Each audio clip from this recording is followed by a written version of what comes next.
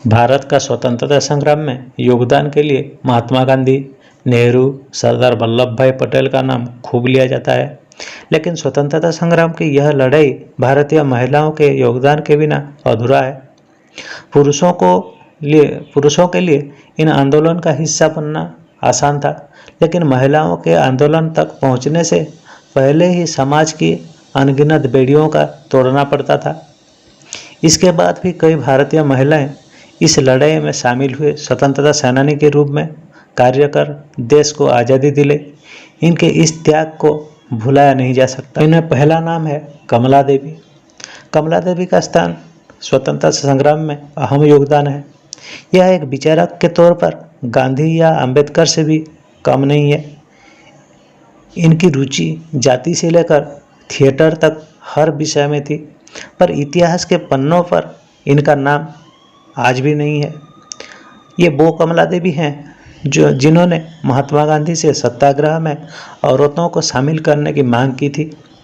आज़ादी मिलने तक कमला देवी कई बार जेल गई, कभी गांधी के नाम का नारा लगाते हुए नमक बेचने के लिए, तो कभी भारत छोड़ आंदोलन में भाग लेने के लिए। फिर है कोकिला देवी।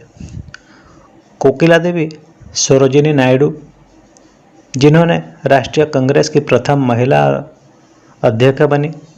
इन्होंने समाज की कुरीतियों के खिलाफ महिलाओं को जागरूक किया और लगातार आज़ादी के आंदोलन में भाग लेती रही। सरोजिनी का राजनीति के अलावा लेखन में भी गहरा रुचिक था। इन्होंने अपने जीवन काल में महिलाओं के लिए संघर्ष करने के साथ कई मशहूर किताबें भी लिखी। इन्होंने जालियानवाला हत्याकांड के विरोध में अपना केसर ए हिंदू सम्मान लौटा दिया था। आज़ादी के बाद सरोजिनी उत्तर प्रदेश की पहली महिला राज्यपाल बनी। फिर है भीकाजी कामा। भारतीय महिला स्वतंत्रता सेनानी भीकाजी कामा ने भी आज़ादी के लिए काफ़ी जोर लगाया। भीकाजी कामा विदेश में भारत का झंडा फहराने वाली पहली महिला थी। उस समय भारत आज़ाद नहीं हुआ था और भारत के लिए ब्रिटेन का झंडा इस्तेमाल किया जाता है। इन्होंने ये बात गवारा नहीं था, इसीलिए उन्होंने खुद भारत के लिए एक तिरंगा तैरात किया और उसे फहराया। भीकाजी 33 वर्ष अपनी बीमारी के लिए भारत से दूर रहे, पर दूर होकर भी उनका नारे लगाते रहे। इन्होंने पेरिस इंडियन सोसाइटी की स्थापना की और उसमें से अपने क्रांतिकारी मैगजीन वंदे मातरम निकाला। फिर है एंटीवेंट्स।